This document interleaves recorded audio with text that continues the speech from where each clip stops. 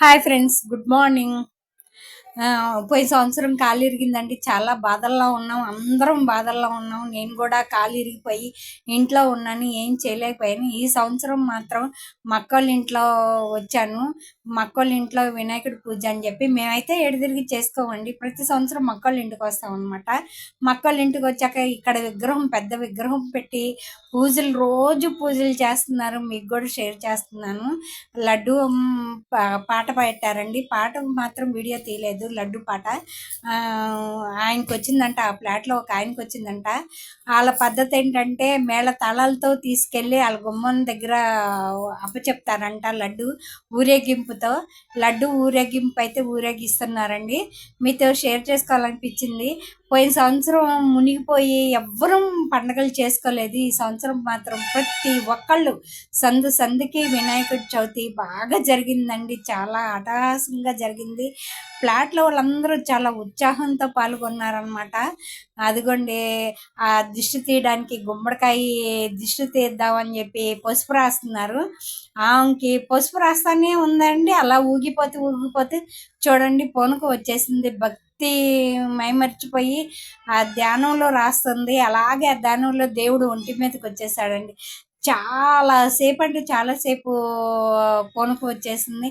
ఆమె పూనకం అయిపోయింది అని చెప్పి ఆమె ఆరతి ఇచ్చే లోపల మళ్ళీ ఇంకో ఆమెకు కూడా వచ్చిందండి పూనకం.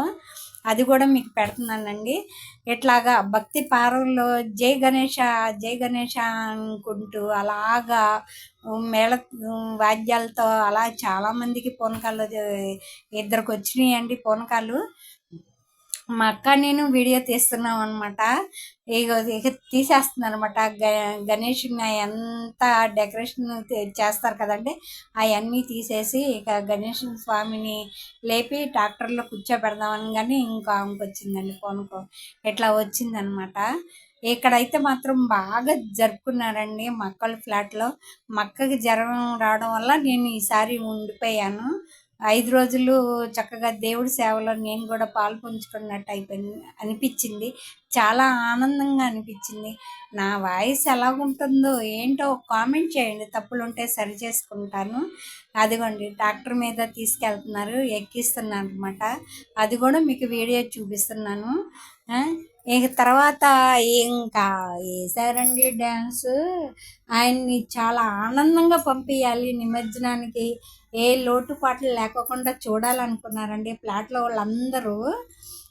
ఇంకా చూడండి ఎంత బాగా తీసుకెళ్తున్నారంటే కనులు సరిపోలేదు. అక్కడ మాత్రం దిష్టి తీస్తారు కదండి, నీళ్ళు అయిపోసి దిష్టి తీస్తారు. నేను రాళ్ళు ఉన్నాయని నా కాలు బాగోలేదని నేను వెళ్ళలేకపోయాను.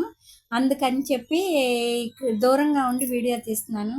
పోయిన సంవత్సరం కాలు బాగలేదు కదండి, ఈ సంవత్సరం ఇంకా మా అక్కళ్ళ ఇంట్లోనే 5 రోజులు ఉండిపోయాను మా అక్క బాగలేదని. ఇక చూడండి, ఇక్కడ చిన్న పెద్ద తారతమ్యం లేదు.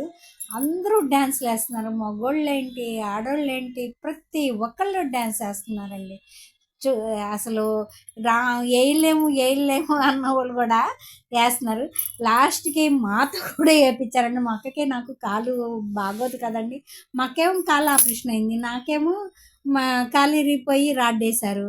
కానీ ఇద్దరిని లాక్కెళ్ళి మీరెందుకు విడిగా ఉంటారు, రండి ఆంటీ మిమ్మల్ని కూడా డ్యాన్స్ వేపిస్తాను, చిన్న చిన్న స్టెప్లు వేపిస్తామని చెప్పి చిన్న చిన్న స్టెప్లు వేయించారు. అదండి అందరూ వేశారు. చాలా ఆనందంతో ఆయన్ని సాగనంపారండి. చాలా బాగుంది, చాలా నచ్చింది. నేను ఇదే ఫస్ట్ సారి ఈ వేడుకలో పాల్గొన్నాను. చాలా హ్యాపీ అనిపించిందండి. ఏమన్నా ఉంటే కామెంట్ చేయండి, సరి చేసుకుంటాను. నా వాయిస్ ఎలాగుంది, మా కోడలు వాయిస్ ఎలాగుందో కూడా నేను సరి చేసుకుంటాను. Thank you friends.